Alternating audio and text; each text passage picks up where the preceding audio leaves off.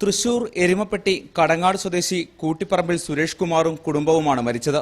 രാവിലെ വീടിന് സമീപത്തു കൂടി പോയ നാട്ടുകാരാണ് സുരേഷ് കുമാറിനെ മുറ്റത്തെ മാവിൽ തൂങ്ങി മരിച്ച നിലയിൽ കണ്ടെത്തിയത്.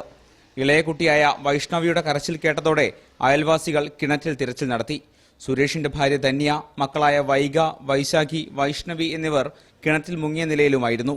പുറത്തെത്തിക്കുമ്പോൾ വൈഷ്ണവി ഒഴികെയുള്ളവർക്ക് ജീവൻ നഷ്ടമായിരുന്നു. വൈഷ്ണവിയെ തൃശൂർ മെഡിക്കൽ കോളേജിൽ പ്രവേശിപ്പിച്ചു. വീടിന് സമീപത്തു നിന്ന് ഉറക്കഗുളികകളും കണ്ടെത്തി. സുരേഷ് കുമാറിന് സാമ്പത്തിക ബാധ്യതകൾ ഉണ്ടായിരുന്നതായി അയൽവാസികൾ വ്യക്തമാക്കി. അത് ഇങ്ങോട്ട് കിട്ടാനുള്ളത് ആരും കൊടുക്കില്ല.